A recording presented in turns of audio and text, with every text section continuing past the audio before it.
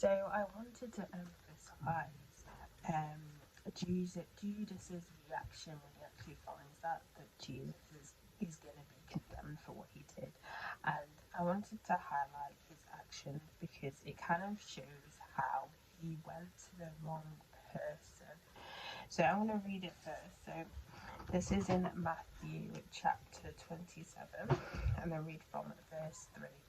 Then Judas, his betrayer, seeing that he had been condemned, was remorseful and brought back the 30 pieces of silver to the chief priests and elders, saying, I have sinned by betraying innocent blood. And they said, What is that to us? You see to it. Then he threw down the pieces of silver in the temple and departed and went and hanged himself. So if you notice there, he went to the wrong people.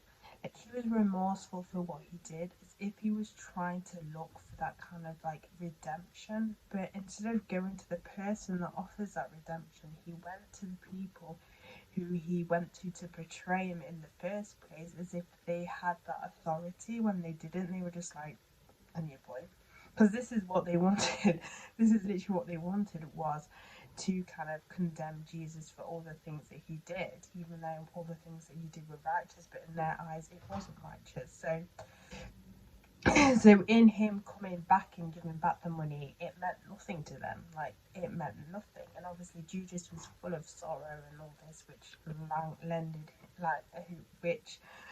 ended up with him carrying all this and thinking no other option is to um, basically to hang himself.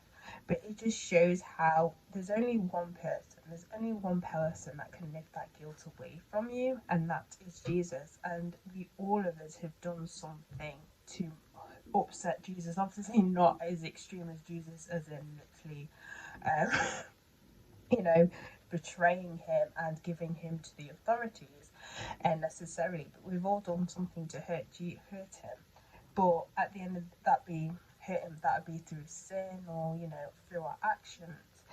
But we just go back to that person that we've hurt, which is in Jesus, and he forgives us because he is our redemption. He's the only one that can redeem us, nobody else. Yes, we can ask for forgiveness for people that we have hurt, but at the end of the day, we also need to go to Jesus as well, because he's the one that offers the full redemption and takes that sin away from us.